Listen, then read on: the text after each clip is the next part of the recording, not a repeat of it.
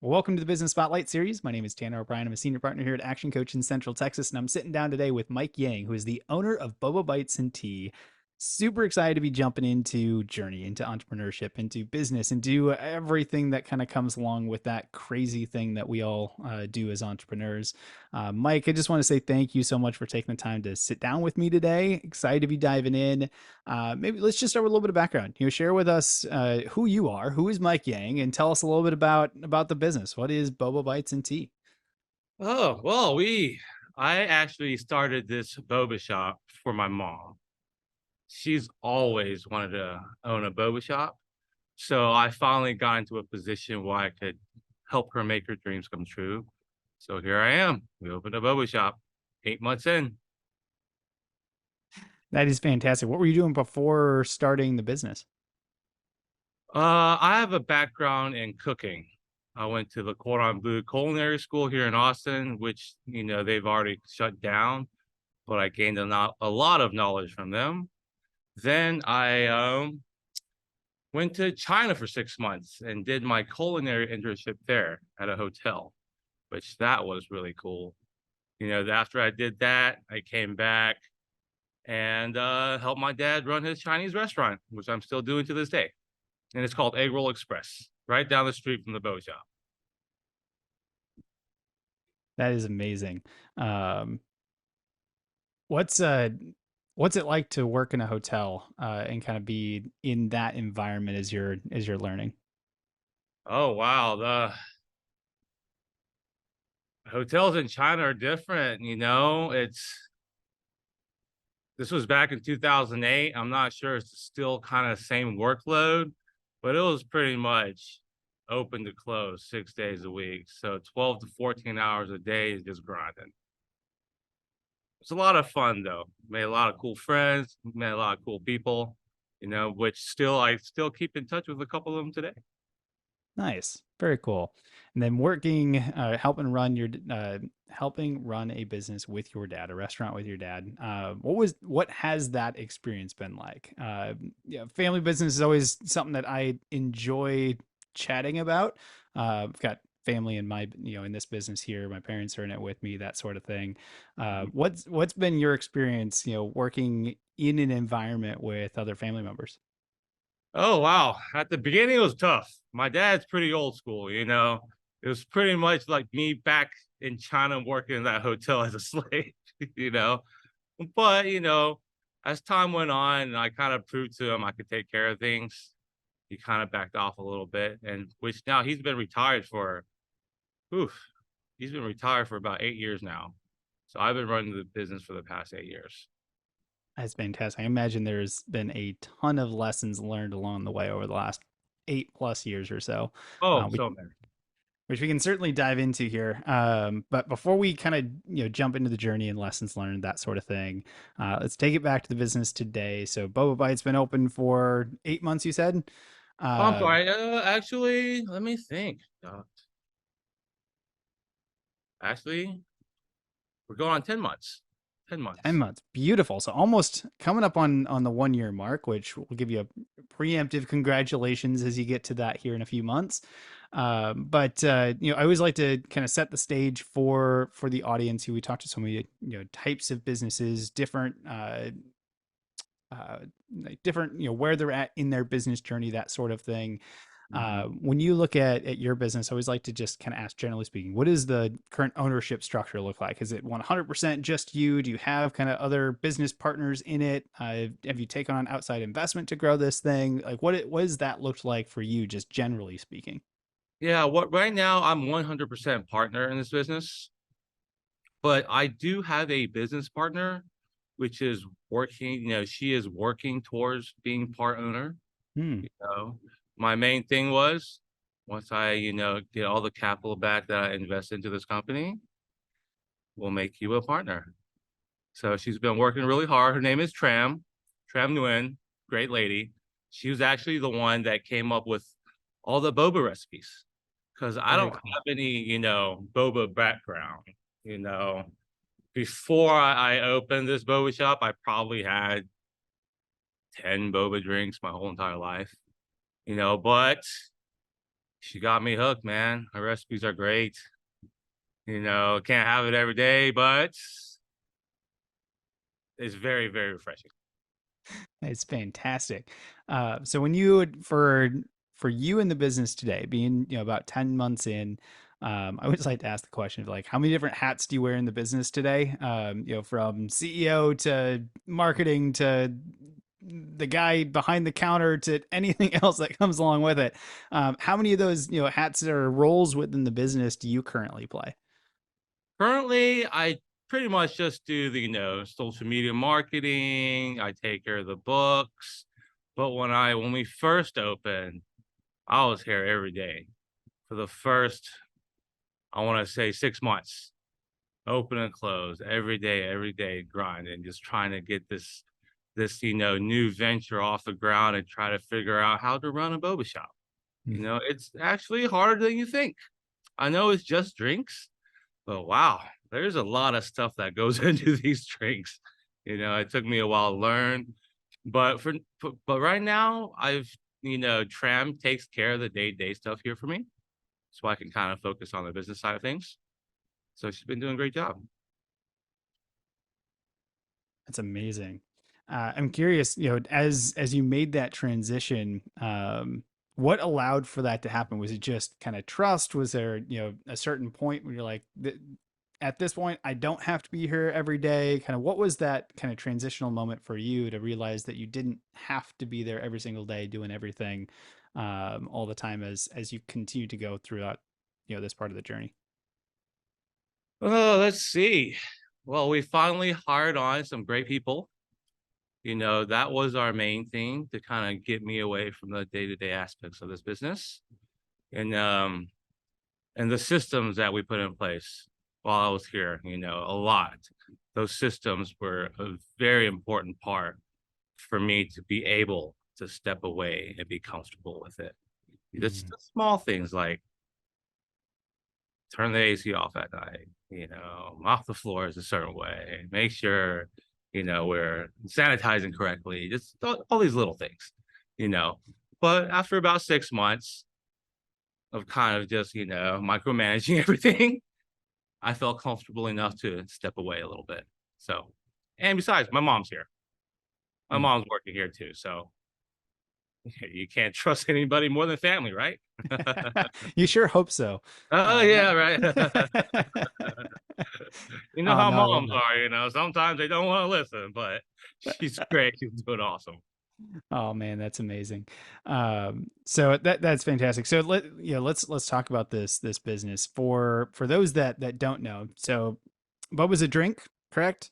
Right. Tell us a little bit more about it. For those that have never heard of it, that haven't experienced it before, tell us a little bit more about what is boba.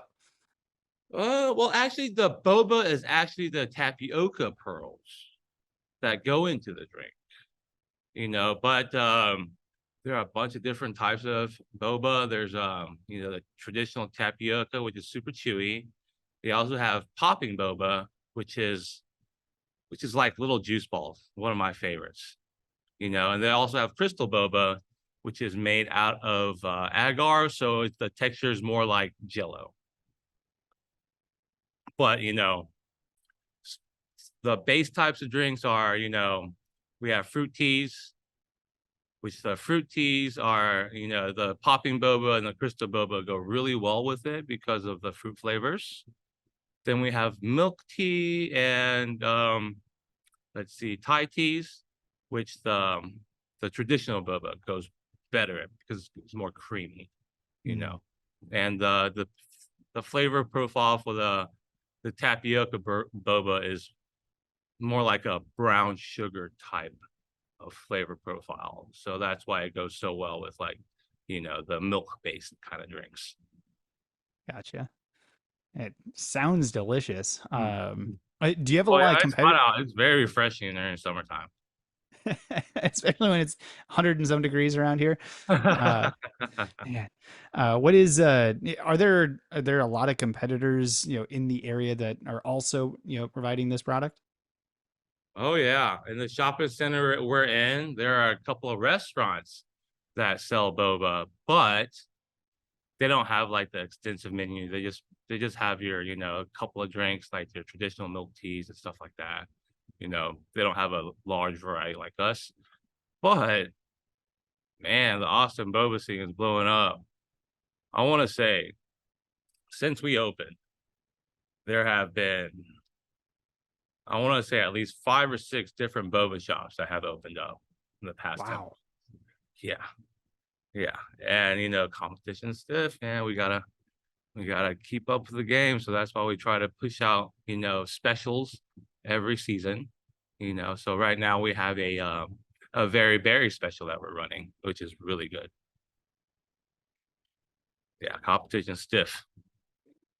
So specials is a way to kind of differentiate from the competition. Anything Mhm. else that y'all do to kind of help differentiate or encourage people to choose you over one of your competitors out there? Yeah, we actually sell some food here. We sell banh mi's, the Vietnamese sandwiches, Hmm. and we also sell some desserts. So we just don't offer just drinks. So we have some food here. Very cool. So that's different than some of the competitors you have out there, I imagine. Yeah, most of the other boba shops, they have some sweet stuff like desserts, but not a lot of them have like savory foods. They're mostly centered around sweet stuff. Nice. So I always like to ask a few questions around marketing because marketing is one of those areas that every business has got to do it. It's important.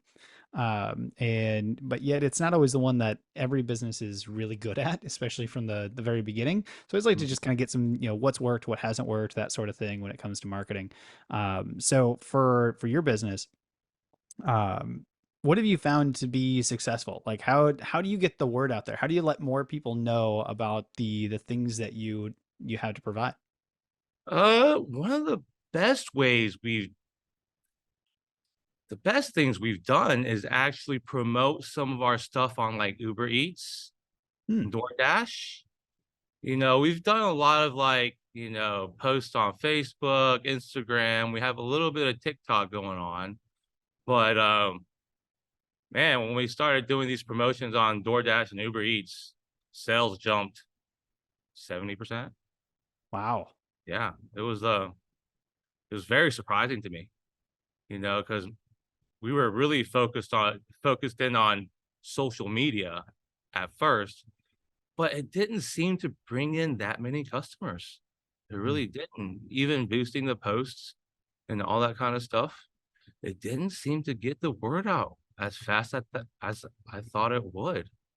But promoting ourselves on, DoorDash and Uber Eats, man, sales jumped 70% pretty much overnight. That's amazing. It Yeah. actually brings up a question that I don't even know if I've asked on this show before, but especially for your industry, for doing some promotion on Uber Eats, on DoorDash, on things like that.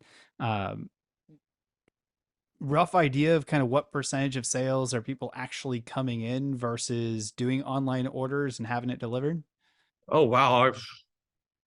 Our sales are pretty close to 50-50. Wow, Walk-ins to, online ordering through DoorDash and Uber Eats. It's pretty much 50-50 right now. It that's wa great. it's amazing. It surprised me. I didn't realize it was that effective. And I started doing that for egg roll too. So I was like, uh, let's try it out for the other restaurant. Yeah. And how did that go? Like, did that massively transition things when you started to do it for egg roll as well? For egg roll, not so much. We're pretty well established here in Austin. We opened back in '96, so we've been around for a long time, and we do have our own customer base already. For egg roll, it didn't really help that much until like we onboarded with Uber Eats and DoorDash about 8 months ago, and that increased sales by like 20 or 30%. Hmm. It helped a lot just by onboarding with them. The marketing side of, doing business with them for egg roll, I haven't seen that much of a sales increase, but onboarding with them, all you business owners out there that own restaurants, please use it. Get on. It's worth it. Yes, they take a big chunk, you know, they take a pretty big chunk, but they do allow you to, upcharge on your menu items on their platforms now, so you don't eat the entire Oh, cost. oh, that's nice. Yeah. Um, oh, that's cool. No, So I'm yeah. even I onboarding had a played a role within it. Oh, That's yeah, fascinating. that was a big sales jump for us. It was very surprising, Very and cool. the POS system we use, it's super simple too, the POS company, they'll, onboard, they'll integrate DoorDash and Uber Eats and all these other platforms. I think there's one more, Grubhub. Mm. They'll, integrate everything for you. So when a customer orders on one of their platforms, the ticket is just automatic push through to our POS. And it's so easy. You don't have to type in the orders or anything like that. It just pushes right through and it prints out and cooks cook it, packers pack it, customer come get it. Oh It's man, so easy. that is amazing. Yeah, like Uh, 30% jump in sales for minimal work. I'll take that any day. yeah, yeah, absolutely. Just shows how kind of consumer preferences have really changed over. I have to imagine, from pre-COVID to today, there has to have been a complete massive adoption of Oh some yeah. of this type of service Oh and yeah. everything. Yeah, I barely ever used Uber Eats or anything like that before COVID. But when COVID hit, I was like, "Oh, they tell us we can't leave the house, so I'm just gonna stay at home and order some food." Even though it can get expensive, but, the convenience of everything, just I think it's worth it. Yeah, absolutely cool.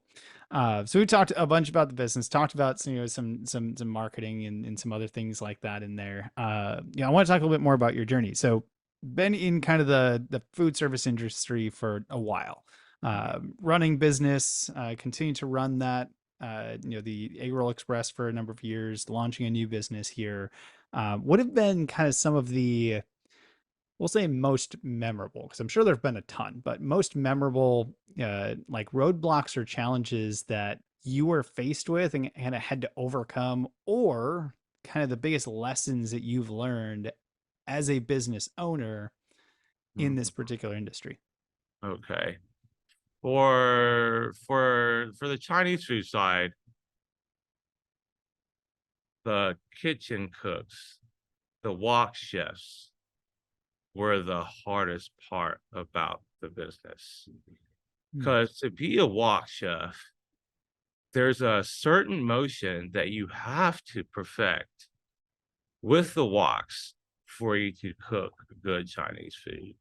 Because if you can't get that motion down and you're not fast enough, and those wok burners, you know, get so hot so fast. If you don't move the food around quick enough in the right motion, it'll just burn. It'll just burn. And wow, when I first took over, my dad retired. Who I would say for about 6 months, I was working 90 hours a week, no days off. Definitely not very fun to be around, but after I was finally able to get some really good wok chefs in there, things were easy, you know. Didn't have to work 90 hours a week. I probably work 0 hours a week if I wanted to, but being a business owner, you can't really do that. You gotta be there for your team. You gotta be there for your team. And let's see, for the boba shop, most challenging thing probably would have been when you first start, you have to tell everybody the way you want things done. You don't Mm. want it to you don't want your employees to do some things their way for a prolonged period of time. It just becomes so much harder for you to correct their actions after they get used to doing things a certain way, you Mm. know. So let them know your expectations on how things should be done. You got to do it the right way. I know shortcuts can make your life easier, but in the long run, it's not going to be good for business. Mm. So that was my main thing here at the boba shop. I like that. That's a good lesson, which is a perfect segue into kind of team building. So you've clearly had to recruit, hire, team members for both of these different businesses. Mhm. Um, any tips or secrets out there on finding good people, retaining good people, just making sure that you've got the right fit on the team, anything like that when it comes to hiring in the restaurant industry? Oh man, the boba shop is easy to hire. People come in here all the time looking for a job. It's weird. You know, the boba shop is very easy to hire. But for the other restaurant, wow. I guess, the boba shop's easier. You're just making drinks, a couple of sandwiches. It's not that hard. But man, for like a real commercial kitchen, it gets hot, sweaty. There's knives flying around everywhere, you know. But to retain these guys, I just feed them. I make sure their bellies are full. And that seems to work for me. I'll go out, sometimes I'll come by, I'll bring a pizza or or I'll get some to go from egg roll and I'll bring it over here or some chicken or if birthdays come around, I always make sure to buy them a cake and make sure I let them know that I'm thinking about them on their birthdays. It's little things like that. Little things like that. Pizza seems to work. I love it. No, I love the core of it. It's taking care of the team, Oh yeah. doing things that that they'll enjoy, that sort of thing. And food's always a fun one to be able to play around with. Oh yeah. Oh yeah. For the boba shop, we have a lot of young people working here. So they love pizza day. So what comes next as you look out to the next 3 to 5 years for Boba Bites? Where do you see it? What does it look like in the next 3 to 5 years? What is your role within it? Are you still working in it, kind of doing stuff with it in 3 to 5 years? That change over time? What does the future look like? The future, I really, really would like to open some more shops up. You know, Sales aren't as great as I hoped it would, but it's sustainable.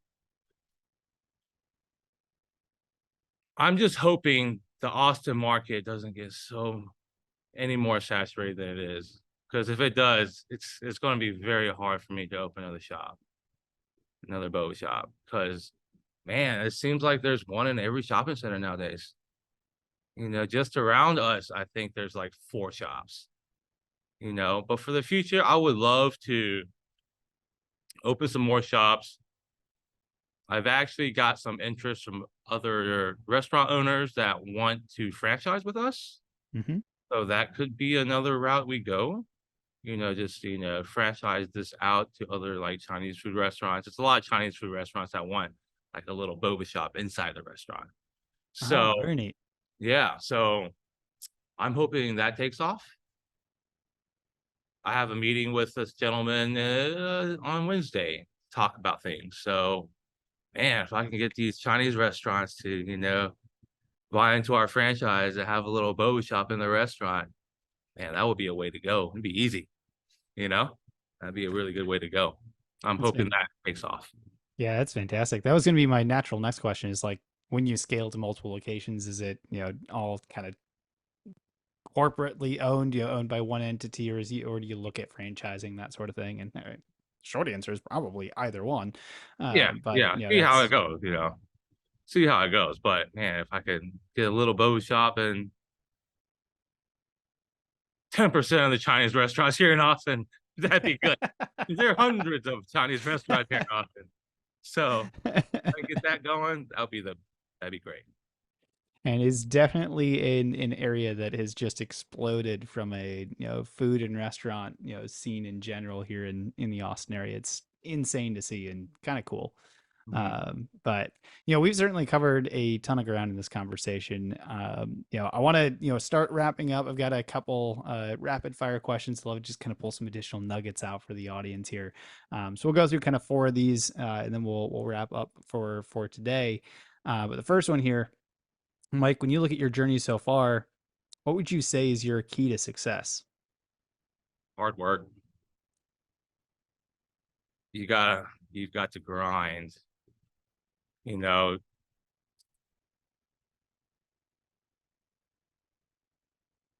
For egg roll, it was all about the grind because when I first took over, business wasn't very great.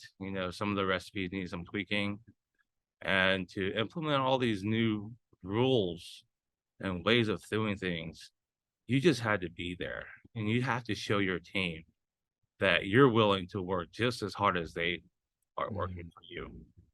You know, for me, that's the number one thing right here. You just gotta grind and make sure that show your employees that you're willing to do the same dirty work as they're doing. Mm. For other entrepreneurs out there, for other business owners that are looking, maybe they've just started, a restaurant, they've just started a business, or maybe they're looking at starting something here soon. What's one piece of advice that you'd be willing to give that audience? Mm. Make sure you go work for somebody else first. Uh, Go find the best type of restaurant or best type of coffee shop or whatever type of food you want to do. You go in there, tell the owner, I want to learn, I'll work for free, but just get your butt into the best restaurant you can, preferably in the kitchen, to really see how the inner workings work. Because that's what I did. I worked for a bunch of great restaurants here in Austin before, I went back to help my dad and take over his restaurant. That is the main thing because, yeah, you might be smart, you might be talented, you might be a great cook or whatever. Man, commercial commercial kitchens are just a different monster. You just have to be in there. You have to do the menial work like washing dishes, prepping all the vegetables, see how they store things, see how they, par cook everything before service starts. You just have to go in there, find the best place you can, go work for them for at least 6 months. At mm. least 6 months. Start from there and see if you still want to do it. I've got to say, this is, oh God, I've probably done, 100 conversations like this with business owners across multiple different industries, different size businesses, all that kind of stuff. And I believe you are the first one that has given that piece of advice of go learn from somebody else first. Oh And yeah. I am so aligned with that because at the beginning, we all have to learn before we can truly earn, and being able to learn by seeing what other people have been doing or learn things not to do because maybe you work for somebody that wasn't as good as they should be or whatever it Yeah. is, there's a ton of merit to that. So I really appreciate you sharing that as a piece of advice, and I hope Oh, that those that absolutely. are watching pause this, go back, re-listen to it, write this down, something like that, because it is really important to see and experience and learn along the Oh way. yeah. That was the most important thing I've ever done. Most of because if I just followed the way my dad did things, hmm, too old school. All right, so back on track here. What is one book that either you're currently reading or have read most recently? Oof. Let's see. Let me look.